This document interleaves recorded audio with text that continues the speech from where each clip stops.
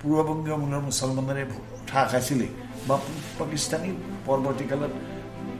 তাৰ আগত পূৰ্ববংগ আৰু তাৰ পৰৱৰ্তীকালত বাংলাদেশ মুছলমানৰ প্ৰব্ৰজন ঘটিছিলে। পূৰ্ববংগীয় মুছলমানৰ দুটা ভাগ মানুহক দুটা ভাগত ভাগ কৰিছিল। এটা হ'ল হিন্দু শৰণাৰ্থী,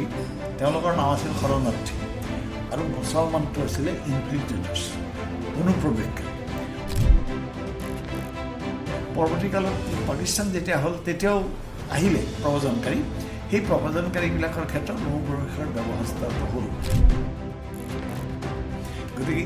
তেওঁলোকক যে গাঁৱত কৃষিভূমি দিছিল, সেই কৃষিভূমিবিলাক তেওঁলোকে মুছলমান মানুহক বিকি থৈ দিছিল। কিন্তু তেওঁলোকৰ কাগজ পত্ৰ কৰা নাছিল, মাটি এলটেড মাটি তেওঁলোকৰ কাগজ পত্ৰ নকৰাকৈ তেনেকৈ আছিল, মাটিটো মুখে মুখে বিক্ৰী কৰি থৈ গ'ল। 67 মানত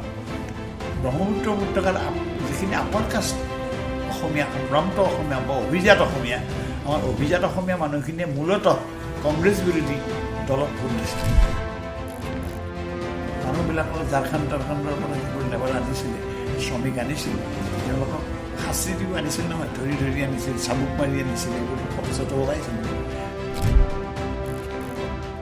বাহিৰৰ লেবাৰটোক ব্ৰিটিছে সমৰ্থন কৰিছিল এটা কাৰণত, অসমৰ শ্ৰমিকবিলাক কিছু স্বাভিমানী আছিল, তেওঁলোকে চাকৰ বা গোলামৰ মেণ্টেলিটি তেওঁলোকৰ কম আছিল। নমস্কাৰ, দ্য ক্ৰছ কাৰেণ্টৰ ইলেকশ্যন ৱাটছ উইথ হাইদৰ হুছেইন অনুষ্ঠানলৈ মই খগেন কলিতাই আপোনালোক আটাইকে স্বাগতম জনাইছোঁ। ইলেকশ্যন ৱাটছ উইথ হাইদৰ হুছেইনৰ আজি এটা নতুন খণ্ড আমি আৰম্ভ কৰিব বিচাৰিছোঁ। হাইদৰ হুছেইন ডাঙৰীয়া অসমৰ এগৰাকী প্ৰবীণ সাংবাদিক, তেখেত অসমৰ এগৰাকী বুদ্ধিজীৱী, বিভিন্ন সম্প্ৰদায়ৰ সৈতে তেখেতৰ সুসম্পৰ্ক, আৰু এই সুসম্পৰ্কৰ ভিত্তিতে তেখেত এগৰাকী সফল ৰাজনৈতিক ধাৰাভাষ্যকাৰ হিচাপেও বিবেচিত হৈ আহিছে। অসমৰ ৰাজনীতি, বিশেষকৈ নিৰ্বাচনী ৰাজনীতি হাইদৰ হুছেইনৰ নখদৰ্পণত বুলি সকলোৱে কয়, সকলোৱে ভাবে। সেইগৰাকী হাইদৰ হুছেইনক লৈয়ে আমি অসম বিধানসভাৰ যি আগন্তুক নিৰ্বাচন, এই নিৰ্বাচনৰ প্ৰাকমুহূৰ্তত কিছু কথা, সাধাৰণ কথা আমি তেখেতৰ সৈতে আলোচনা কৰিব খুজিছোঁ। হাইদৰ হুছেইন ডাঙৰীয়া, মই পুনৰ আপোনাক স্বাগতম জনাইছোঁ আজি নতুন খণ্ডলৈ। নিৰ্বাচন সমাগত, এই নিৰ্বাচনত সাধাৰণতে নিৰ্বাচন বুলি ক'লেই লোকসভাই হওক, বিধানসভাই হওক, সংখ্যাগুৰু আৰু সংখ্যালঘুৰ ৰাজনীতিটো আমি সকলোৱে অনুভৱ কৰোঁ, আমি সকলোৱে দেখিবলৈ পাওঁ। আগতেও আছিলে, এতিয়া যেনিবা ইয়াৰ যিটো ৰূপ, এই ৰূপটো কিছু পৰিমাণে ভয়াৱহ হৈছে, কিছু পৰিমাণে কুৎসিত হৈছে। কিন্তু নিৰ্বাচনত সংখ্যাগুৰু আৰু সংখ্যালঘুৰ ৰাজনীতিটো আপুনি কি ধৰণে ব্যাখ্যা কৰিব খোজে? আপোনাৰ দৃষ্টিত সংখ্যালঘুৰ, বিশেষকৈ সংখ্যালঘুৰ ৰাজনীতিটোক আপুনি কি ধৰণে ব্যাখ্যা কৰিব খোজে? গোটেই কথাটো এনেকুৱা যে দেশ বিভাজনৰ পৰৱৰ্তীকালত উত্তৰ পূৰ্বাঞ্চলৰ, বিশেষকৈ পশ্চিমবংগ আৰু অসম, এই দুখন ৰাজ্য, ত্ৰিপুৰা, এই তিনিখন ৰাজ্যত দেশ বিভাজনৰ পিছত প্ৰব্ৰজনে এটা বিশেষ ধৰণৰ সমস্যাৰ সৃষ্টি কৰিছিল। অসমত 1946 মানলৈকে আপোনাৰ যি হাৰত পূৰ্ববংগীয় মূলৰ মুছলমানৰ তেতিয়া পূব পাকিস্তান আছিলে, পূব পাকিস্তানৰ ফালৰ পৰা মুছলমান আহিছিল। বিশেষকৈ আটাইতকৈ বেছি মানুহ আহিছিল আচলতে ব্ৰিটিছৰ শাসনৰ দিনতেই মোৰ ফুড বেছি উৎপাদনৰ কাৰণে, কাৰণ অসমীয়া মানুহৰ কাম কৰিছিল অসমীয়া মানুহে, কিন্তু মাটি জমি বা অসমীয়া মানুহৰ স্বচ্ছলতা বিশেষ ধৰণে আছিল। গতিকে এই প্ৰব্ৰজনটোই এটা সমস্যা হিচাপে লাহে লাহে লাহে লাহে দেখা দিছিল। মৌলানা ভাসানীৰ দিনত দেখা গ'ল যে 1944 চনত বোধহয় বৰপেটাত মুছলিম লীগৰ অধিৱেশন গৈছিল। তেতিয়া ছাৰ ছাদুল্লাহ অসমৰ প্ৰধানমন্ত্ৰী আছিলে। তেতিয়া প্ৰধানমন্ত্ৰী কৈছিল মুখ্যমন্ত্ৰী ছাৰ ছাদুল্লাহ খিলঞ্জীয়া মুছলমান আছিল উজনি অসমৰ, পিছত লাখটকীয়াত প্ৰতিষ্ঠা লাভ কৰিছিল। গতিকে তেখেতে ভিতৰি কিন্তু ছাৰ ছাদুল্লাই আচলতে অসমীয়া মানুহ অসমত সংখ্যালঘু হওক এই কথাটো মুছলিম লীগৰ বা অসম মুছলিম লীগো আছিল প্ৰথমৰ ফালে, যদিও বাধ্যবাধকতা কিছু আছিল, তৎসত্বেও তেওঁৰ ভিতৰি কিন্তু তেওঁ অসমখন পূৰ্ববংগীয় মূলৰ মুছলমানৰে ভৰ্তি হওক এই কথা তেওঁ কামনা কৰা নাছিল। আৰু 1944 চনত বোধহয় বৰপেটাত মুছলিম লীগৰ যেতিয়া অধিৱেশন বহে ভাসানীৰ লগত এটা তৰ্কও হৈছিল। ভাসানী কৈছিল যে ইতিমধ্যে দৰং মানে দলগাঁও পৰ্যন্ত ইফালে আপোনাৰ যদিও সেইফালে নাওবৈচাৰ ফালে কিছু গৈছিল, আচলতে দলগাঁৱতেই মুছলমানৰ প্ৰব্ৰজনটো সংখ্যা নগাঁও দৰং গোৱালপাৰা অবিভক্ত গোৱালপাৰা এই হেৰিটো ইতিমধ্যে পূৰ্ববংগীয় মূলৰ মুছলমানেৰে ঠাহ খাইছিলেই, বা পাকিস্তানী পৰৱৰ্তীকালত তাৰ আগত পূৰ্ববংগ আৰু তাৰ পৰৱৰ্তীকালত বাংলাদেশ মুছলমানৰ প্ৰব্ৰজন ঘটিছিলে। প্ৰব্ৰজন ৰোধৰ বাবে চৰকাৰে যে কংগ্ৰেছ চৰকাৰে একেবাৰে ব্যৱস্থা কৰা নাছিল সেই কথাও নহয়, কাৰণ কংগ্ৰেছৰ শাসন মানে বাংলাদেশ সৃষ্টিৰ আগলৈকে আপোনাৰ 71 আগত মুছলমানটো লৱাৰ আছামৰ মুছলমানটো তেতিয়া চৰকাৰে কিছু ট্ৰিবিউনেল গঠন কৰি দিছিল। ট্ৰিবিউনেলে আপোনাৰ চিনাক্তকৰণ কৰি পূৰ্ববংগীয় মুছলমানক দুটা ভাগ মানে মানুহক দুটা ভাগত ভাগ কৰিছিল। এটা হ'ল হিন্দু শৰণাৰ্থী,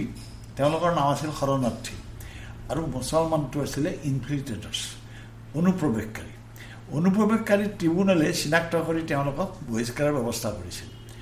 বহিষ্কাৰ কি হৈছিল বেলেগ কথা, কিছু হৈছিল, আৰু বাকী হিন্দু মানুহখিনিক তেওঁলোকে ৰিফিউজি আকাৰে তেওঁলোকে সংস্থাপিত কৰিছিল। গুৱাহাটীৰ কালাপাহাৰ, এইটো কংগ্ৰেছৰ দিনতেই হৈছিল। কংগ্ৰেছৰ দিনত হৈছিল, বিমলা চলিহাৰ দিনতো হৈছিল। 69 মানত ট্ৰিবিউনেলবিলাকত গোচৰ নোহোৱা হ'ল।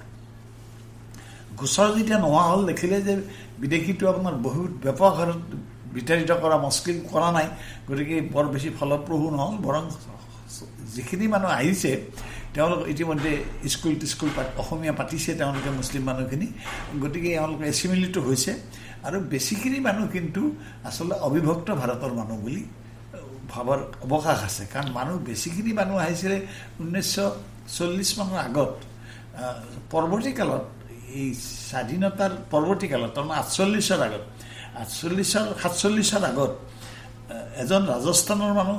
বা এজন গুজৰাটৰ মানুহ যেনেকুৱা পূৰ্ববংগৰ মানুহ এজনো একেই, তেওঁলোকৰ ষ্টেটাছটো একেই। গতিকে এই মানুহবিলাক যে আহিলে ইতিমধ্যে বৰপেটাত আপোনাৰ বৰপেটা গভৰ্ণমেণ্ট স্কুলত তেতিয়া অম্বিকাগিৰি ৰায়চৌধুৰীৰ ককায়েক তেখেত প্ৰধান শিক্ষক আছিল। তেতিয়া দেখা যায় যে সেই সময়ত আপোনাৰ বৰপেটা গভৰ্ণমেণ্ট হাইস্কুলতে যিবিলাক মানুহ পঢ়িছিলে তাৰ কিয়দাংশ ইতিমধ্যে 30-20% আপোনাৰ পূৰ্ববংগীয় মূলৰ মুছলমান আছিলে, পূৰ্ববংগীয় মূলৰ। পৰৱৰ্তীকালত পাকিস্তান যেতিয়া হ'ল তেতিয়াও আহিলে প্ৰব্ৰজনকাৰী, সেই প্ৰব্ৰজনকাৰীবিলাকৰ ক্ষেত্ৰত অনুপ্ৰৱেশৰ ব্যৱস্থাটো হ'ল, আৰু শৰণাৰ্থীসকলক ইতিমধ্যে বিশেষ ধৰণে ৰেহাই প্ৰদান কৰা হৈছিল। তেওঁলোকক কালাপাহাৰত ৰিফিউজি কলনী পেটা হৈছিল, ৰিফিউজি কলনীত মানুহ সংস্থাপিত কৰা হৈছিল। আমাৰ ভাস্কৰ নগৰত কিছুমান সংস্থাপিত হৈছিল, যিবোৰ বঙালী প্ৰধান এৰিয়া, এইবিলাক ৰিফিউজি কলনীৰ মানুহ। কিছুমান বকো অঞ্চলত আছিল ৰিফিউজি কলনীৰ মানুহ, বৰপেটাত আছিল আপোনাৰ। আনকি এতিয়াও সৰুক্ষেত্ৰী সমষ্টিটো এতিয়া নাম সলনি হৈছে। এতিয়া সৰুক্ষেত্ৰীত এনেকুৱা মানুহ কিছুমান আছে যিবোৰ মানুহৰ মুছলমান মানুহ, কিন্তু তেওঁলোকৰ হেৰি নাই, মাটিৰ কাগজ পত্ৰ নাই, কিন্তু সেই মাটিবোৰ আছিলে আচলতে ৰিফিউজি এলট কৰা মাটি। ৰিফিউজি এলট কৰিলেও ৰিফিউজি মানুহবিলাকে তেওঁলোকে সাধাৰণতে কৰি হিন্দু মানুহবিলাকে নগৰ কেন্দ্ৰিক, তেওঁলোকে বৰপেটা ৰোড, তেওঁলোকে হাউলি এইবিলাকত যে ৰেল ষ্টেচনক আশ্ৰয় কৰি সেইবিলাক অঞ্চলত তেওঁলোকে স্থানান্তৰিত ব্যৱসায়িক এৰিয়ালে। গতিকে তেওঁলোকক যে গাঁৱত কৃষিভূমি দিছিল, সেই কৃষিভূমিবিলাক তেওঁলোকে মুছলমান মানুহক বিকি থৈ গৈছিল। কিন্তু তেওঁলোকৰ মাটিবিলাকৰ কাগজ পত্ৰ হোৱা নাছিল কাগজ পত্ৰ নোহোৱা কিছু মানুহ মাজতে আপোনাৰ বহিষ্কাৰৰ প্ৰশ্ন উঠিছে এই এতিয়াৰ গভৰ্ণমেণ্টৰ দিনত কিন্তু সেই বহিষ্কাৰৰ অন্তৰায় হ'ল যে সেই মানুহবিলাকে মাটি কিনিছিল আচলতে ৰিফিউজিৰ পৰা কিন্তু কাগজ পত্ৰ নাছিল আপ টু ডেট নাছিল তেওঁলোকৰ কাগজ পত্ৰ কৰা নাছিল মাটি এলটেড মাটি তেওঁলোকৰ কাগজ পত্ৰ নকৰাকৈ তেনেকৈ আছিল মাটিটো মুখে মুখে বিক্ৰী কৰি থৈ গ'ল গতিকে এই ধৰণৰ সমস্যা আছিলে বহুত থাকিলেও তেতিয়ালৈ সেইটো আছিল তাৰ পৰৱৰ্তী কালত অসম চুক্তি হ'ল অসম চুক্তিৰ পিছত 71লৈ আমি মানিলোঁ চবে মনাৰ পিছত ভাৰত চৰকাৰেও মানিলে এক প্ৰকাৰ অসম চৰকাৰেও মানিলে 71ৰ পৰৱৰ্তী কালৰ মানুহবোৰ আৰু অসম চুক্তিমতে চৰকাৰে আৰু এটা কাম কৰিলে যে 66ৰ পৰা 71লৈ যিসকল মানুহ আহিছে তেওঁলোকক 10 বছৰৰ কাৰণে ভোটাধিকাৰ নাথাকিব গতিকে বাকীটো 71 আনকি 66লৈকে মানুহবোৰ হেৰি হ'বই আপোনাক এই প্ৰসংগতে সুধিব খুজিছোঁ যে 71ৰ পিছত আমাৰ সংখ্যালঘু ৰাজনীতিয়ে কওক বা বিদেশী বিষয়টোৱে এটা বিশেষ টাৰ্ণ লৈছিলে কিন্তু তাৰ আগতে ধৰক মানে প্ৰি-71 তেতিয়া যিবোৰ নিৰ্বাচন হৈছিলে তেতিয়া এই বিষয়বোৰ বাৰু নিৰ্বাচনৰ বিষয় হৈছিল নে বিষয় হৈছিল আপুনি এতিয়া কংগ্ৰেছৰ সেই সময়তো ৰাজনৈতিক দল বুলি কওঁতে কংগ্ৰেছী আছিল বুলি ক'ব পাৰি সৰ্বাধিক আসন পাইছিল বোধহয় 65 নে কেতিয়া কেণ্ডিডেট দিছিল 65 বোধহয় PSP আটাইতকৈ হায়েষ্ট তেখেতসকলে প্ৰতিদ্বন্দ্বিতা কৰিছিল আসনত 6খন নে 7খন জিকিছিল বাকী জিকা নাছিল গতিকে কংগ্ৰেছ বিৰোধী দলবিলাকৰ আসন সংখ্যা কোনোবাটোৰ 4 কোনোবাটোৰ 5 এনেকুৱা পাইছিলে কিন্তু পাৰ্টি জিকিছিল তেওঁলোকে গতিকে এই তেতিয়া মানে সংখ্যালঘু ইছ্যুৱে কি ৰূপত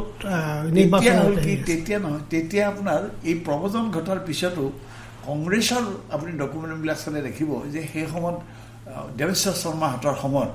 শ্ৰীমান প্ৰফুল্ল গোস্বামী কংগ্ৰেছৰ প্ৰেচিডেণ্ট আছিল বহুদিন জিলা প্ৰদেশ কংগ্ৰেছত শ্ৰীমান প্ৰফুল্ল গোস্বামী দেৱেশ্বৰ শৰ্মা যোৰহাটৰ আৰু মন্ত্ৰী কংগ্ৰেছ সভাপতিও আছিলে শ্ৰীকান্ত শৰ্মা তেওঁ তেজপুৰ জিলা কংগ্ৰেছৰ সভাপতি আছিল এনে অৰিজিন নলবাৰী মানুহ তেওঁ তেজপুৰত সংস্থাপিত প্ৰতিষ্ঠিত ব্যৱসায়ী আছিল তেখেত ঢুকাল বিয়া বাৰু কৰোৱা নাছিল মানুহজনে তেওঁলোকে কিন্তু এই বিদেশীৰ সমস্যাটোৰ প্ৰশ্নটো সদায় কংগ্ৰেছৰ কাৰ্যকৰী সভাত প্ৰথমতে কংগ্ৰেছৰ কাৰ্যকৰী সভাত এইটো উত্থাপিত হয় গভৰ্ণমেণ্ট কনচিডাৰেশ্যনত যায় তেওঁলোকে সদায় প্ৰশ্নটো তেওঁলোকেই আটাইতকৈ সৰব ভূমিকা পালন কৰিছিল আপোনাৰ বিদেশী প্ৰব্ৰজনৰ সংক্ৰান্তত সেই সময়ত মনুল হক চৌধুৰী এটা বেলেগ স্থিতিত মনুল হক চৌধুৰী মুছলিম লীগো কৰিছিল এটা কম দিনৰ কাৰণে মনুল হক চৌধুৰী চকা মানুহ আছিলে আলিগড় ইউনিভাৰ্চিটিত ফাৰ্ষ্ট ক্লাছ আছিল তেওঁ লৰ বোধহয় কম বয়সতে 30 বছৰমান বয়সতে মন্ত্ৰী হৈছিল মনুল হক চৌধুৰীয়ে সদায় অনুপ্ৰৱেশৰ সপক্ষে নহ'লেও মুছলমানৰ সপক্ষে মাত মাতিছিল তেওঁ বৰাকৰ চুমাৰ MLA আছিলে গতিকে তেওঁলোকে এটা পক্ষই সমৰ্থন কৰিছিল বিতৰ্ক হৈছিল কিন্তু ঘৃণাৰ পৰ্যায়লৈকে যোৱা নাছিল আপুনি মন কৰিলে দেখিব যে হেৰি প্ৰথম দশকত স্বাধীনতাৰ পৰৱৰ্তীকালৰ দশকটোত আপোনাৰ মুছলমান উজনি অসমৰ মুছলমান জিকিছিল আপোনাৰ যেনে ডিব্ৰুগড় বিধানসভা সমষ্টিৰ পৰা মুছলমান এটা জিকিছিলে আপোনাৰ তেওঁ মুছলমান এজন জিকিছিল খিলঞ্জীয়া মুছলমান MP হৈছিল যোৰহাটৰ পৰা 57ত বেগম মফিদা আহমেদ আপোনাৰ কংগ্ৰেছৰ তেওঁ MP হৈছিল তেওঁৰ একাডেমিক এডুকেশ্যন বৰ সাংঘাতিক নাছিল কিন্তু পৰিয়ালটো শিক্ষিত আছিল বাপেক আছিল DC অফিচৰ বৰবাবু গতিকে ঘৰতে ইংৰাজী শিকিছিল অসম হেৰিৰ সময়ত ভাষা আন্দোলনৰ সময়ত পাৰ্লামেণ্টত তেওঁৰ বক্তৃতা এটা উল্লেখযোগ্য বক্তৃতা আছিল অসমীয়া ভাষাৰ সপক্ষে খিলঞ্জীয়া মুছলমান যোৰহাটত তেওঁ আছিলে মহিলা MP 2জন আছিল অসমত আনডিভাইডেড অসমত তেতিয়া বেগম মফিদা আহমেদ যোৰহাটৰ পৰা জিকিছিল প্ৰাৰ্থী আছিলে আপোনাৰ 4জন সৈয়দ আব্দুল মালিকে CPR পৰা খেলিছিল পাৰ্লামেণ্ট ইলেকশ্যন বেগম মফিদা আহমেদ কংগ্ৰেছৰ পৰা খেলিছিল শংকৰ বৰুৱা গোলাঘাটৰ শংকৰ বৰুৱাই খেলিছিল আপোনাৰ প্ৰজা ছ'চিয়েলিষ্ট পাৰ্টিৰ পৰা আৰু এজন ফুকন আছিল কিবা এডভোকেট এই গোটেই হিন্দু সমষ্টি এটাত হিন্দু প্ৰাৰ্থীকেইজনে যিমান ভোট পাইছিল মুছলমান প্ৰাৰ্থীকেইজনে দুগুণ ভোট পাইছিল আপোনাৰ 2জন মিলি পেলাই আৰু এওঁ প্ৰায় হাজাৰ, তেতিয়া ভোট কম আছিল, 80,000 ভোট পাই মফিদা আহমেদ জিকিছিল। দুজনেই তেতিয়া মহিলা MP আছিল আমাৰ ইয়াৰে। এটা আছিলে ডিফু আৰু মেঘালয়, ডিফু আৰু মেঘালয় জইণ্ট হেৰি এটা আছিলে, পাৰ্লামেণ্ট কনষ্টিটুৱেঞ্চি আছিল। তাতে বনিলা সংমেন বুলি, বনিলা সংমেন পৰৱৰ্তীকালত UPSCৰ মেম্বাৰ হৈছিল। বনিলা সংমেন জিকিছিল তাৰ পৰা, আৰু ইয়াৰ পৰা বেগম মফিদা আহমেদ জিকিছিল। চাইমালটেনাছলি আপোনাৰ তাৰপিছত যাৰা হোজাই সমষ্টিৰ পৰা ৰহিমউদ্দিন বুলি স্বতন্ত্ৰ পাৰ্টীৰ পৰা তেওঁ 1967 আৰু 72 স্বতন্ত্ৰ প্ৰাৰ্থী হিচাপে হোজাইৰ পৰা MLA হৈছিল। স্বতন্ত্ৰ পাৰ্টীৰ পৰা প্ৰাৰ্থী হৈ পেলাই MLA হৈছিল। তেনেকৈ ধৰক হেৰি নাছিলে, এই ঠিক সমষ্টিৰ পৰা শামছুল হুদা বুলি RCPৰ দুটা MLA হেৰি টাৰ্ম আপোনাৰ জিকিছিল। ঠিকটো মুছলিম প্ৰধান সমষ্টি, তাৰ পৰা আপোনাৰ তেওঁ RCPI, তেওঁ হিন্দু ভোটো পাইছিল, কিন্তু তেওঁ RCPI হিচাপে পাইছিল। আৰু সেই চিটটোত তেওঁৰ পিছত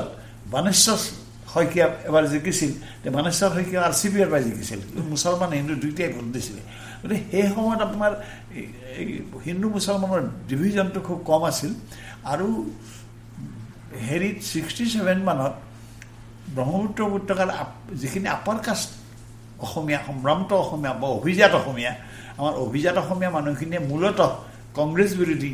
দলত ভোট দিছিল। প্ৰজা ছ'চিয়েলিষ্ট পাৰ্টি, ইণ্ডিপেণ্ডেণ্ট, লৱাৰ আছামতো গোটেই বেল্টটো আপোনাৰ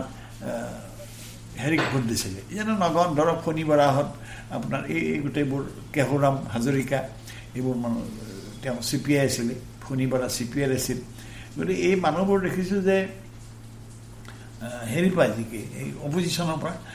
জিকে সাধাৰণতে কাষ্ট হিন্দু বা সম্ভ্ৰান্ত অসমীয়া মানুহবোৰ, জনগোষ্ঠীৰ মানুহবোৰ হেৰি পৰা জিকে। আৰু আপুনি চাব যে হেৰি কংগ্ৰেছৰ প্ৰথম চোৱাত চৰণ নাৰ্জাৰীহঁতৰ আগৰ চোৱাত বড়ো আন্দোলনটো, বড়ো আফচাৰ্চটো যেতিয়া হয়, তাৰ আগৰ চোৱাত আপোনাৰ সমৰ ব্ৰহ্মহঁতৰ, ৰূপনাথ বৰ্মহঁতৰ সময়ছোৱাত তেতিয়া কিন্তু যদিও হেৰি আছিলে, কিন্তু তাত বড়ো তেতিয়া মূলতঃ উত্তম ব্ৰহ্মহঁত, এই গোটেইবোৰ মানে ৰূপনাথ বৰ্মহঁত কংগ্ৰেছ আছিল, কংগ্ৰেছ কৰিছিল তেখেতসকলে। বাকী মুছলমানবিলাকৰ মাজত মই দেখিলোঁ যে মুছলমান কিন্তু ব্যাপক হাৰত অকংগ্ৰেছী আছিল। যেনে ধৰক আপোনাৰ 1957 আৰু 52ত বোধহয় ধুবুৰী পাৰ্লামেণ্টাৰী কনষ্টিটুৱেঞ্চিৰ পৰা আমজাদ আলী জিকিছিল। আমজাদ আলী কিন্তু খিলঞ্জীয়া মুছলমান, ওকালতি কৰিব গৈছিল ধুবুৰীত। তেখেত আপোনাৰ MP হৈছিল দুটা টাৰ্ম হেৰিৰ পৰা, ধুবুৰীৰ পৰা। তেওঁ ছ'চিয়েলিষ্ট পাৰ্টিৰ আছিল, কংগ্ৰেছী নহয়। তেনেকৈ গিয়াছুদ্দিন আপোনাৰ তেওঁ CPI, তেওঁ 3বাৰ MP হ'ল। তেনেকৈ জয়নাল আবেদিন হেৰি আছিলে আপোনাৰ SUCI, তেওঁ 3বাৰ MP হ'ল। নজমুল হক 2বাৰ MP হ'ল, MLA হ'ল। জাহানুদ্দিন বুলি এটা টাৰ্ম আপোনাৰ ধুবুৰীৰ পৰা, আমজাদৰ পিছত তেওঁ প্ৰজা ছ'চিয়েলিষ্ট পাৰ্টিৰ পৰা এবাৰ MP হ'ল এটা টাৰ্ম। গতিকে দেখা যায় যে কংগ্ৰেছ সেই সময়তে দেৱকান্ত বৰুৱাই যিটো সময়ত কয় যে আলিগুলি থাকে, মানে থাকালৈকে কংগ্ৰেছৰ কোনো চিন্তা নাই। তাৰমানে আলিগুলি বুলি কওঁতে বাগানীবিলাকৰ তেতিয়া চাহ শ্ৰমিকবিলাকৰ অৱস্থানটো অলপ সুকীয়া আছিল। তেওঁলোকেতো জানে যে ব্ৰিটিছৰ দিনত চাহৰ খেতিত শ্ৰমিক হিচাপে তেওঁলোকে আনিছিল। আৰু সাধাৰণতে সেই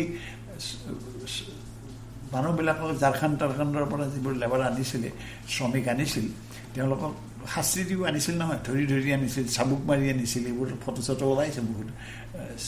চিনেমা হৈছে। এতিয়া তেওঁলোকে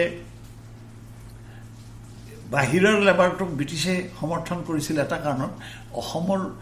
শ্ৰমিকবিলাক আপোনাৰ কিছু স্বাভিমানী আছিল। তেওঁলোকে চাকৰ বা গোলামৰ মেণ্টেলিটি তেওঁলোকৰ কম আছিল। বাকীবিলাক কিন্তু বাহিৰৰ পৰা যিবোৰ আহিছিল তেওঁলোকক সেইধৰণে এক্সপ্লইট কৰিব পাৰিছিল। গতিকে ব্ৰিটিছে লাভৰ কাৰণে শ্ৰমিক আনিছিল, চাহ বাগানত খুটুৱাবৰ কাৰণে আনিছিল। সেইকাৰণে তেওঁলোকৰ উদ্দেশ্য, আৰু তেওঁলোকেতো বাকী যাতায়াতৰ ক্ষেত্ৰত বিশেষ গুৰুত্ব দিয়া নাছিল। ব্ৰিটিছে ৰেলৰ ওপৰত গুৰুত্ব দিছিল। কয়লা, তেল, কাঠ এইবোৰ নিবৰ কাৰণে আমাৰ হেৰিৰ পৰা মই সেইটো কৈছোতে সেই সময়তে 71ৰ আগলৈকে আপুনি যিটো এইটো সময়ত সেই দেৱকান্ত বৰুৱাহঁতে পৰৱৰ্তী কালত দেখিলে যে চাহ শ্ৰমিকৰ আইএনটিচিটো কণ্ট্ৰল কংগ্ৰেছৰ কণ্ট্ৰলত আছিল আইএনটিচিৰ সেই সময়ত যিবিলাক লেবাৰ আছিল আপোনাৰ বিজয় ভগৱতী হওক বিশ্বদেৱ শৰ্মা হওক এইবিলাক ৰবীন কাকতি হওক এইবিলাক আইএনটিচিৰ লেবাৰ আছিল কংগ্ৰেছৰ দখলত আছিল আইএনটিচিটো এতিয়াও কংগ্ৰেছৰ দখলতে আছে গতিকে পৱন সিং ঘাটোৱাল এতিয়া প্ৰেচিডেণ্ট গতিকে তেওঁলোকে আপোনাৰ আইএনটিচিটো চলাইছিল আৰু আইএনটিচিৰ মানুহখিনি তেওঁলোকে চাহ শ্ৰমিক মানুহখিনি মোটামুটি আপোনাৰ তেওঁলোক কংগ্ৰেছৰ সমৰ্থক আছিল আৰু মুছলমানত যদিও কোৱা হয় মুছলমান কিন্তু ক'ৰবাত কংগ্ৰেছক সমৰ্থন কৰিছিল কিন্তু বেছিভাগে য'তেই তেওঁলোকে নিজস্ব বিকল্পৰ সন্ধান কৰিব পাৰিছিল তেতিয়া তেওঁলোকে সাধাৰণতে কংগ্ৰেছ বিৰোধী তেওঁলোকৰ সেই টেণ্ডেঞ্চিটো আছিল এইটো মৌলানা ভাছানীৰ পৰা বা সিফালৰ অকণমান এটা ৰিভলিউচনাৰী বামপন্থী চিন্তা চৰ্চাৰ মানুহৰ দ্বাৰা ইনফ্লুৱেঞ্চ হৈ বিশেষকৈ নামনি অসম মুছলমানৰ মাজত সেই বস্তুটো অকণমান আছিল সেইকাৰণে এই যে আলিকুলিৰ কথাটো আহিলে তেতিয়া লাহেকৈ আপোনাৰ এইটো মুছলমান আৰু বাগানীটোৰ মূল বেজ হ'ল বাকী খিলঞ্জীয়া যিবোৰ অসমীয়া জনগোষ্ঠী সেই খিলঞ্জীয়া জনগোষ্ঠীবিলাকৰ বিশেষকৈ হেৰি আৰু অভিজাত অসমীয়া জনগোষ্ঠী যিবোৰ এইবিলাকে মূলতঃ তেওঁলোকে স্বাধীনচিতীয়াভাৱে স্বতন্ত্ৰীয়ভাৱে নিজৰ বিবেকক সুধি বা সাহসী পদক্ষেপেৰে তেওঁলোকে ভোটদান কৰে দেৱকান্ত বৰুৱাই আলি আৰু কুলিৰ কথা কৈ তেওঁলোকৰ মানে দেৱকান্ত বৰুৱা কিন্তু মই জানিব খুজিছোঁ যে ইতিমধ্যে সংখ্যালঘু ৰাইজ মানে ধৰ্মীয় মুছলমান ৰাইজ কংগ্ৰেছৰ প্ৰতি তেওঁলোক ক্ৰমান্বয়ে আপুনি কৈছে যে তেওঁলোক প্ৰথমতে প্ৰভেদ আছিলে কংগ্ৰেছৰ প্ৰতি হ'লেও কংগ্ৰেছৰ প্ৰতি তেওঁলোক কেতিয়া হেৰি হৈছে নহয় কংগ্ৰেছৰ প্ৰতি আহে মানে তোমাৰ কংগ্ৰেছেই আছিল একমাত্ৰ দল তেতিয়া বিকল্প হ'ব পৰা দল সদায় ক্ষমতাৰ লগত আপোনাৰ বৰ্তমান বুৰ্জোৱা ৰাজনীতিত মূল কথা হ'ল ক্ষমতাটো মূল কথা গতিকে ক্ষমতা প্ৰাপ্তিৰ কাৰো সম্ভাৱনাই নাছিল প্ৰথমবাৰৰ কাৰণে অসমত 78ত আৰু পাৰ্লামেণ্টত 77ত কংগ্ৰেছৰ বিকল্প ৰাজনৈতিক শক্তিৰ জন্ম হ'ল তাৰ আগতেতো কোনো কল্পনাই কৰা নাছিল যে কংগ্ৰেছক কোনোবাই ক্ষমতাচ্যুত কৰিব কিন্তু তাৰ ভিতৰত ক্ৰোধৰ বহিৰ্প্ৰকাশ ঘটিছিল এতিয়া বিমলা চলিহা চিফ মিনিষ্টাৰ থাকোঁতে আমগুৰিত হাৰিছিল খগেন বৰবৰুৱাৰ লগত হাৰিছিল তেওঁ বদৰপুৰৰ পৰা MLA কৰি আনিব লগা হয় মৌলানা জেলিল বুলি তেখেত বদৰপুৰৰ MLA আছিল তেখেতে ৰিজাইন কৰিলে মনুলক চৌধুৰী ৰিজাইন কৰিব ক'লে যে আপুনি হেৰি কৰক গতিকে তেওঁ পদত্যাগ কৰিলে পদত্যাগ কৰি চিটটো ভেকেণ্ট হ'ল তাৰ পৰা আপোনাৰ হেৰি বিমলা চলিহা জিকি আহি চিফ মিনিষ্টাৰ ৰেগুলাৰাইজ হ'ল চিফ মিনিষ্টাৰ হ'ল কাৰণ তেওঁ চিফ মিনিষ্টাৰজন হাৰিল বিধানসভাত তাৰ পিছৰ ইলেকশ্যনত তেখেতে হেৰি চৰাইদেউটো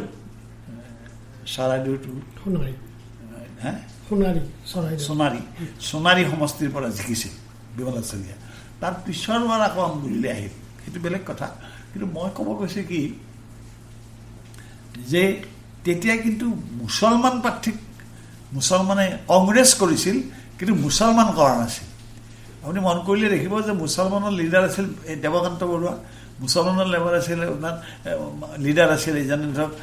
হেৰি কলিয়াবৰৰ পৰা উজনি অসমত দুটা চিটেই জিকিছিল মূলতঃ এটা কলিয়াবৰ এটা নগাঁৱৰ পৰা দেৱকান্ত বৰুৱা জিকে কলিয়াবৰৰ পৰা বেদব্ৰত বৰুৱা জিকে সাধাৰণতে হিন্দু কিন্তু মুছলমানত এটা কেণ্ডিডেট হ'ব লাগে সেই ধাৰণাটো অলপ নাছিল বিধানসভাত আছিল বিধানসভাত মহম্মদ ইদ্ৰিছ 52 চনৰ পৰা বিধায়ক আছে গতিকে বিধায়ক হৈছিল তেওঁ মুছলিম আসনৰ পৰা কিন্তু নগাঁও আসনখনত মুছলমান জিকা নাই টাউনত যথেষ্ট সংখ্যক মুছলমান আছিল আগৰ ডেলিমিটেশ্যনত মুছলমান আৰু বঙালী লগ লাগিলে নগাঁও আসনখনো প্ৰত্যাহ্বান হ'ব পাৰে কিন্তু উচ্চাপদ ঠাকুৰহঁত মুকুট শৰ্মাৰ দিনলৈকে 78ত মুকুট শৰ্মা জিকিছিল তেতিয়ালৈ নগাঁও আসনখন আপোনাৰ হিন্দু মানুহে পায় তেনেকৈ বৰহমপুৰ আপোনাৰ সদায় হিন্দু পায় গতিকে য'ত হিন্দু মানুহ মেজৰিটি তাত হিন্দু প্ৰাৰ্থী হয় য'ত মুছলমান মেজৰিটি তাত মুছলমান স্বাভাৱিকতে মুছলমান প্ৰাৰ্থী হয় কিন্তু হিন্দু মুছলমান বুলিয়ে মূল বিভাজনটো নহৈছিল কংগ্ৰেছ কৰিছিল কংগ্ৰেছ এইকাৰণে হৈছিল যে তেওঁলোকৰ সন্মুখত আপোনাৰ তৰোৱাল এখন জ্বলি আছেই তেওঁলোক অনুপ্ৰৱেশকাৰী বুলি তেওঁলোকৰ ওচৰত বিচাৰ চলি আছে কিবা চলি আছে গতিকে তেওঁলোকে নিৰাপত্তাৰ স্বাৰ্থতে হওক বা তেওঁলোকৰ আত্মমৰ্যাদাৰে জীয়াই থকাৰ বাসনাতে হওক তেওঁলোকে সাধাৰণতে ৰুলিং পাৰ্টিৰ পক্ষত আছিল ৰুলিং পাৰ্টি যিহেতু একমাত্ৰ বিকল্পহীনভাৱে কংগ্ৰেছী আছিল গতিকে স্বাভাৱিকতে তেওঁলোক কংগ্ৰেছী আছিল কংগ্ৰেছীতকৈও আপোনাৰ এই কথাটো ক'ব পাৰি যে ৰুলিং পাৰ্টিৰ লগত আছিল কিন্তু অসমৰ ৰাজনীতিত সংখ্যালঘুসকলৰ এটা স্বকীয় বা স্বাধীনচিতীয়া যিটো ৰাজনৈতিক অনুভৱ যদি মোৰ ভুল হোৱা নাই বা মই দেখা ধৰণে যে 85ত UMF বুলি এটা দল হৈছিল সম্ভৱতঃ UMFই মুছলিম লীগ আছিলে কিন্তু UMFে অসমৰ মানে সংখ্যালঘুসকলৰ ত্ৰাণকৰ্তাৰ ৰূপত চেষ্টা চলাইছিল UMF হ'ল আপোনাৰ বিশেষকৈ অসম চুক্তি যেতিয়া হ'ল অসম চুক্তি যাওঁতে গোলাম ওছমানী আচলতে তেওঁ কমিউনিষ্ট ভাৱাপন্ন মানুহ আছিল তেওঁৰ অৰিজিনটো বেংগলতে বিশেষ ৰাজনীতি কৰিছিল বাৰিষ্টাৰ তেওঁ অকণমান বামপন্থী চিন্তা চৰ্চাৰ আছিল ইয়াত আপোনাৰ তেওঁ কাগজ এখন উলিয়াইছিল জনক্ৰান্তি বুলি হোমেন বৰগোহাঁই এডিটৰ আছিলে বন্ধু আছিল তেওঁ গতিকে গোলাম ওছমানী অকণমান লেফ্ট চিন্তা চৰ্চাৰ মানুহ আছিল কিন্তু কি কাৰণত জানে তেওঁ জনতাৰ পৰা MLA হ'ল জনতাৰ পৰা MLA হোৱাৰ পিছত তেওঁ UMF দলটো গঠন কৰিলে তেওঁ দেখিলে যে অসম চুক্তি যেতিয়া হ'ল তেতিয়া তেওঁ এটা শ্লোগানেই দিলে আপোনাৰ UMFৰ শ্লোগান এটা আছিলে শংখ যখন দিছপুৰ যাবে আসাম চুক্তি বাতিল হৈ শংখ মানে আপোনাৰ সেই জখলৰ তেওঁলোকৰ চিম্বল যে এই চিম্বলটো এইটো যেতিয়ালৈ দিছপুৰলৈ যাব অসম চুক্তি বাতিল হ'ব অসম চুক্তিখনক বাঘ হিচাপে দেখুৱালে যাৰ পৰা IMDTটো জন্ম হ'ল IMDTত আপোনাৰ মহিম মজুমদাৰ তেখেতৰ দেউতাকো আপোনাৰ পৰাধীন ভাৰত হেৰিতে প্ৰথম হেৰিয়াতে তেওঁ মন্ত্ৰী আছিলে আব্দুল মতলিব মজুমদাৰ তেখেত মহিম মজুমদাৰ হয়তো IMDT অলপ কৰিছিলে IMDTটোত অৱশ্যে এটা লজিক আছিল তাতো আপোনাৰ বৰ কথা নহয় IMDTত এটা ক্লু এটা আছিলে IMDTত আপোনাৰ এনেকুৱা আছিল যে প্ৰথমৰ ফালে IMDTৰ আগত অসমৰ যিকোনো ঠাইৰ মানুহে অবজেকশ্যন দিব পাৰে দেখিবলৈ গতিকে IMDT ৰেষ্ট্ৰিক্টেড কৰি দিলে যে নহয় উদিনী থানা উদিনী মৌজা হ'ব লাগিব লোকেলিটি হ'ব লাগিব দূৰৰ মানুহে দিব নোৱাৰে অবজেকশ্যন যি নহওক মোক আপুনি এই কথাটো প্ৰথমতে কওকচোন যে UMFৰ যিটো উত্থান আপুনি ক'লে UMFৰ উত্থানটো হ'ল আচলতে সুযোগ সন্ধানী তাৰমানে মুছলমান মানুহৰ মাজতো ৰাজনীতিকৰ এটা সুযোগ সন্ধানী চিন্তা চৰ্চা আছে UMF আৰু UDFৰ মাজত UDFও একেই শাৰীৰে হ'ল জমিয়তেও সহায় কৰিছিল তাতে এটা মন কৰিবলগীয়া কথা যে অকল মুছলমানে নহয় কিন্তু হিন্দু বঙালীও আছিল UMFৰ ক্ষেত্ৰত কালীপদে আপোনাৰ বৃহত্তৰ হেৰি আছিলে CRPC বুলি তেওঁলোকৰ এটা হেৰি আছিলে সংখ্যালঘু হেৰি গতিকে প্ৰমোদ দাসগুপ্ত আছিল দাসগুপ্ত নহয় হেৰি হোজাৰ তেখেতো আমি লিখিছিল গতিকে এই বঙালীও আছিলে আৰু মুছলমানো আছিল হিন্দু বঙালী আৰু মুছলমান বঙালীৰ মাজত এটা হেৰি হৈ UMFটো হৈছিল আৰু তেওঁলোকে অসম চুক্তিৰ বিৰোধিতা কৰিছিল অসম চুক্তিৰ অচিলাত অসম চুক্তি বিৰোধিতা কৰি তেওঁলোকে UMFটো গঠন কৰিছিল আৰু 18জন বিধায়ক জিকিছিল সেই সময়ত কিন্তু মুছলমান MLA অসমত সাধাৰণতে অসমত মুছলমান MLA মুছলমান হিচাপে ইলেকশ্যন খেলি সৰ্বাধিক বোধহয় অবৈধ ইলেকশ্যনটো বাদ দি শৰতীহঁতৰ বাৰত বোধহয় 72ত 28জন জিকিছিল 28 কিন্তু অইনহাতে আকৌ গোলাম বৰ্মনৰ 68ত জনতাৰ দিনতো আপোনাৰ প্ৰায় 28জন জিকিছিল সংখ্যাত একে আছিল এইকাৰণে আছিল ভোট বিভাজনৰ সুযোগত ভোট বিভাজনৰ কাৰণ কেণ্ডিডেট জনতা পাৰ্টিত দেখা গ'ল যে কেণ্ডিডেট ইণ্ডিপেণ্ডেণ্ট কেণ্ডিডেট হোৱাৰ প্ৰৱণতাটো বাঢ়িল যেনে ধৰক বৰপেটা ডক্টৰ সুৰেন দাসে বৰপেটা আসনখন সদায় লাভ কৰি আছিল কিন্তু 78ত হঠাৎ এজন মুছলমান ইণ্ডিপেণ্ডেণ্ট প্ৰাৰ্থীয়ে হেৰি কৰিলে বিজয়ী হ'ল হওঁতে ডক্টৰ সুৰেন দাসে কান্দিলে ক'লে যে মুছলমান মানুহে মোক ইমান বিশ্বাস কৰিছিল এবং মানুহবোৰ মুছলমান হৈ গ'ল তাৰমানে তেওঁলোকে দেখিলে যে মুছলিম মেজৰিটি হ'ল গতিকে আমি মুছলমানে যদি ইউনাইটেডলি ভোট দিওঁ তেতিয়া আমাৰ মানুহটো জিকে এই আমাৰ মানুহটোৰ ধাৰণাটো কিন্তু UMFৰ দিনত জন্ম হোৱাৰ পিছততো UMFটো পিছত গোলাম ওছমানী কংগ্ৰেছলৈ গুচি আহিল গোলাম ওছমানী আচলতে শিৱসাগৰৰ পৰা ৰিহেবিলেট হ'বৰ কাৰণে ইয়ালৈ আহিছে কাৰণ শিৱসাগৰত তেওঁ UMFে শিৱসাগৰত কেণ্ডিডেট জিকাব নোৱাৰিলে তেওঁৰ যি 18জন জিকিছিলে ব্ৰহ্মপুত্ৰ উপত্যকাৰ বিধায়ক আছিলে, কিন্তু ব্ৰহ্মপুত্ৰ উপত্যকাৰ পৰাহে মুছলিমটো জিকিছিলে বেছিকৈ। সেইটো বেছিকৈ ক্ষতিগ্ৰস্ত হ'ল মুছলমানটো, আৰু মুছলমান ৰাজনীতিটোৰ বেছি হেৰি হ'ল আচলতে UMFৰ দিনত। মানে UMFটো বেলেগ আছিলে, AIDFৰ দিনত। AIDFটো জন্ম হৈছিল বোলে 2005। 2005 যিখন মিটিং, সেইটোৰ প্লেনত আপোনাৰ কোৱা হয়, আৰু আমাকো কৈছিল প্ৰসংগক্ৰমে, ডক্টৰ হিমন্ত বিশ্ব শৰ্মাৰো আশীৰ্বাদ আছিল বুলি তেখেতে নিজে কৈছিল আমাক। এতিয়া কওক নকওক বেলেগ কথা, আৰু এতিয়াওতো সংযোগ থকা যেন লাগে। এইবাৰে ৰাজ্যসভাৰ ইলেকশ্যনত 3জন UDFৰ মানুহে ৰাজ্যসভাত NDAক ভোট দিছে। গতিকে হয় কি কথাটো,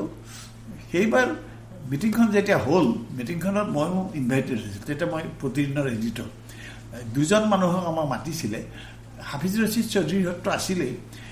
প্ৰফেচাৰ আব্দুল মান্নানক মাতিছিল, কিবা কাৰণত মোকো মাতিছিলে। এতিয়া মই কৈছিলোঁ যে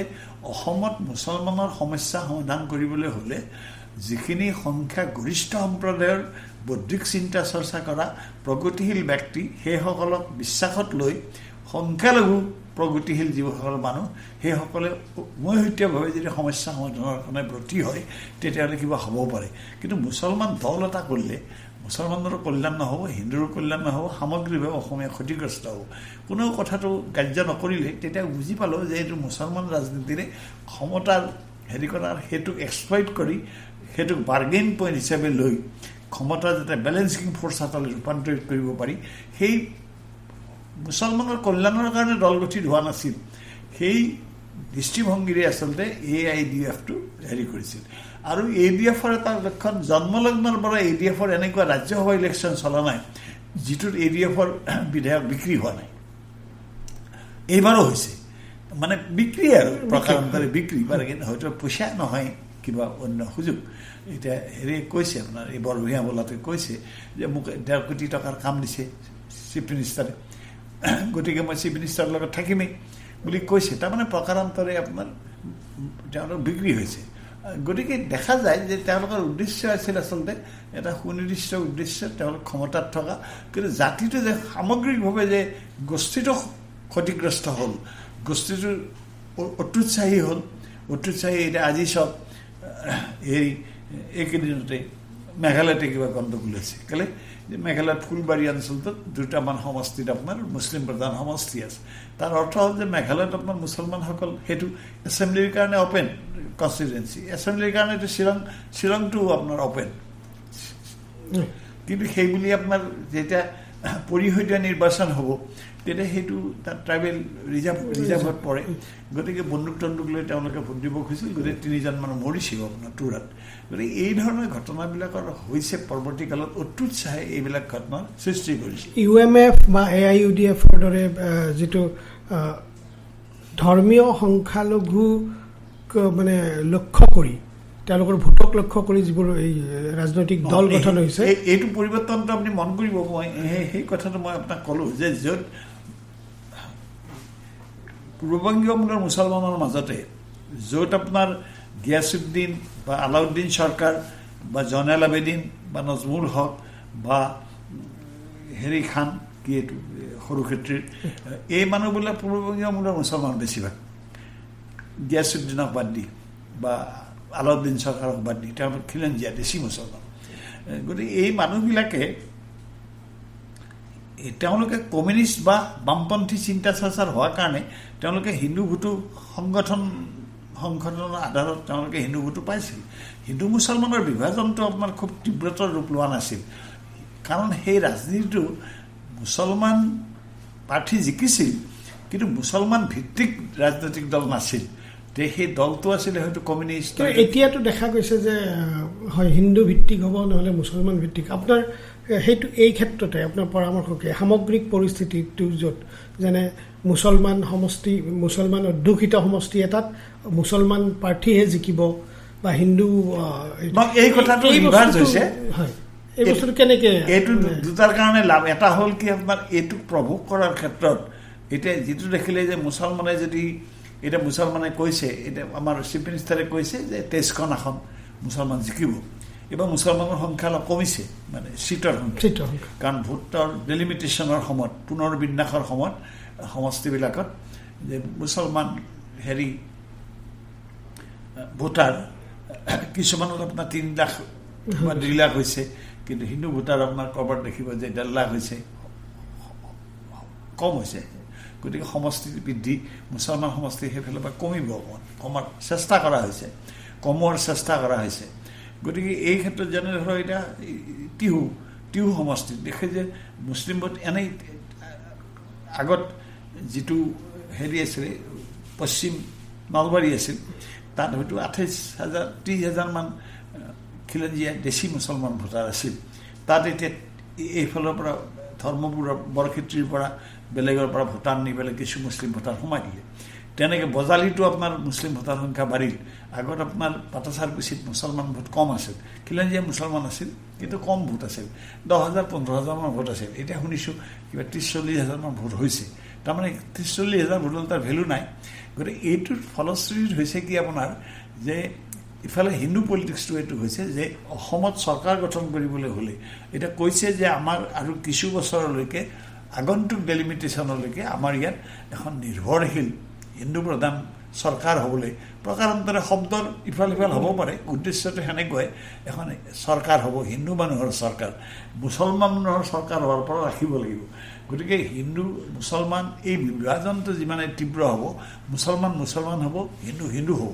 সাময়িকভাৱে এনেকুৱা ক্ষেত্ৰত হিন্দু দেখাত আপোনাৰ হিন্দু লাভৱানটো নহয় ক্ষমতা প্ৰাপ্তিৰ ক্ষেত্ৰত হিন্দুৱে অগ্ৰাধিকাৰ পাব কাৰণ হিন্দু বেছি আমাৰ ৰাজ্যখনতো হিন্দু বেছি খালি হিন্দু বুলি পেলাই যদি আপুনি বঙালী বিহাৰী বা সকলো সম্প্ৰদায়ৰ মানুহ নেপালী সব মানুহ যদি লগ লাগো তেতিয়াহ'লে হিন্দু মানুহ বহুত গতিকে মুছলমান মানুহ একেবাৰে কম ধৰক 34% হ'লেও কম গতিকে তাতো আপোনাৰ ডিভিজনৰ কথা আছে তাতো এটা ডিভিজন সৃষ্টি কৰা হৈছে যে খিলঞ্জীয়া মুছলমান আৰু পূৰ্ববংগীয় মূলৰ মুছলমানৰ যিটো ক্ল'জনেছ আছিল সেইটো আকৌ বিভাজিত হৈছে খিলঞ্জীয়া দেশী মুছলমানে কৈছে যে আমাৰতো MLA নাই আমাৰতো কাউন্সিলত নাই আমাৰ কোনো নাই আমি ক্ষমতা ক'ব নোৱাৰোঁ সেইকাৰণে তেওঁলোকে কোটা বিচাৰিছে কৈছে যে আমাক 5জন কোটা দিব লাগিব 4জন কোটা দিব লাগিব হওঁতে দেখাক দেখি আহি এইবাৰ ভোজপুৰীও আহি কোটা বিচাৰিছে যে আমাকো 5টা কোটা লাগিব গতিকে এই কোটাৰ ছিষ্টেমটো অহাৰ লগে লগে দেখিব যে হিন্দু ৰাজনীতিটো লাভৱান হ'ল মুছলমান ৰাজনীতিটো লাভৱান হ'ল কিন্তু লাভৱান হ'ল অকল তেওঁলোক ব্যক্তিবিশেষে MLA মন্ত্ৰী হোৱাৰ সুযোগ বৃদ্ধি যদি লাভৰ অৰ্থ বুলি ভাবে আৰু সৰ্বসাধাৰণ মানুহক গৰীব দুখীয়া মানুহক হিন্দু মুছলমান নিৰ্বিশেষে সকলো জাতি ধৰ্মৰ মানুহে গৰীব আৰু দুখীয়া সুবিধা পোৱা আৰু সুবিধা নোপোৱা মানুহৰ বিভাজন হ্ৰাস কৰি আমি সকলোৰে সামগ্ৰিক উন্নয়নৰ কথা যদি চিন্তা কৰোঁ তেতিয়াহ'লে হিন্দু মুছলমান ৰাজনীতিটো ক্ষতিকাৰক মুছলমান ৰাজনীতিটো বেছি ক্ষতিকাৰক এইকাৰণে ক্ষতিকাৰক এতিয়া যিটো হৈছে এই যে মিয়া এতিয়া মিয়াও আপোনাৰ উৎসাহিত হৈছে মিয়া কৰোঁতে মিয়া ভাবিছে আমি সুকীয়া আইডেণ্টিটি পালোঁ কিন্তু তোমাৰ আইডেণ্টিটিৰে কি হ'ব তুমি যদি লাঞ্চিত হ'ব লাগে তুমি যদি প্ৰাপ্য হেৰুৱাব লাগে তেতিয়াহ'লে তোমাৰ আইডেণ্টিটি মিয়া আইডেণ্টিটি তুমি এটা আইডেণ্টিটিয়ে কৰিলা এতিয়া সেই আইডেণ্টিটিটো তোমাৰ কি লাভৱান হ'ব প্ৰবীণ সাংবাদিক হাইদৰ হুছেইন ডাঙৰীয়া তেখেত অসমৰ ৰাজনীতি বহু দশক ধৰি অসমৰ ৰাজনীতিক বৰ ওচৰৰ পৰাই দেখিছে বৰ ওচৰৰ পৰাই বুজিছে আৰু সেইবাবেই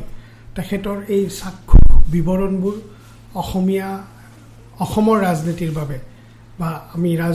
ৰাজনীতিৰ ছাত্ৰ ছাত্ৰীসকলৰ বাবেও তেখেতৰ এই চাক্ষুষ বিৱৰণবোৰ অত্যন্ত গুৰুত্বপূৰ্ণ সমল হ'ব পাৰে আমি আলোচনা কৰিছিলোঁ অসমৰ যি সাম্প্ৰদায়িক ৰাজনীতি ধৰ্মীয় ৰাজনীতি এই ধৰ্মীয় ৰাজনীতিয়ে কিমান ভাল কৰিছে বা কিমান ভাল কৰিব পাৰে তাতকৈ বেছি কিমান বেয়া কৰিলে বা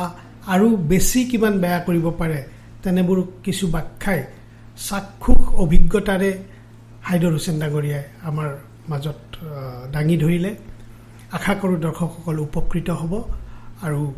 আজিৰ এই ইলেকশ্যন ৱাটছ উইথ হাইদৰ হুছেইনৰ এই খণ্ডটো আমি ইমানতে সামৰণি পেলাব খুজিছোঁ এটা পৰৱৰ্তী খণ্ডত আমি আন কিছু বিষয় যি বিষয় অসমৰ ৰাজনীতিৰ সৈতে ওতঃপ্ৰোতভাৱে জড়িত হৈছে কিন্তু ৰাজনৈতিক নেতা কৰ্মীসকলেই হওক বা অন্য লোকসকলেই হওক তেওঁলোকে যেন এই বস্তুবোৰ অনুধাৱন কৰিব পৰা নাই, সেই ধৰণে আমি প্ৰতিটো খণ্ডত একোটা খণ্ড আমি আগবঢ়াম আৰু এই খণ্ডবোৰত প্ৰবীণ সাংবাদিক হাইদৰ হুছেইন ডাঙৰীয়াই তেখেতৰ মতামত, তেখেতৰ চাক্ষুষ অভিজ্ঞতাৰ ভিত্তিত তেখেতৰ মতামত আগবঢ়াব। আজিৰ ইলেকশ্যন ৱাটছ উইথ হাইদৰ হুছেইন এই খণ্ডটো আমি ইমানতে সামৰিছোঁ। হাইদৰ হুছেইন ডাঙৰীয়া, আপোনাক ধন্যবাদ আৰু কৃতজ্ঞতা জনাইছোঁ।